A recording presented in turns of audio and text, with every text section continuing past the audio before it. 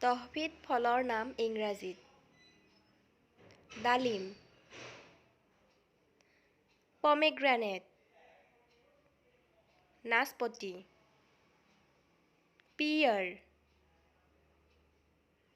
কঁঠাল, জেকফ্ৰুট, তিয়হ, কুকুম্বাৰ, লেটেকু, বাৰ্মিজ গ্ৰেপ, মধুৰিআম, গুৱাভা, আটলছ, কাষ্টাৰ্ড এপল, জাম, জামুন, ব্লেক প্লাম, পনিয়ল, বকটো প্লাম, আনাৰস, পাইনএপল। Thank you.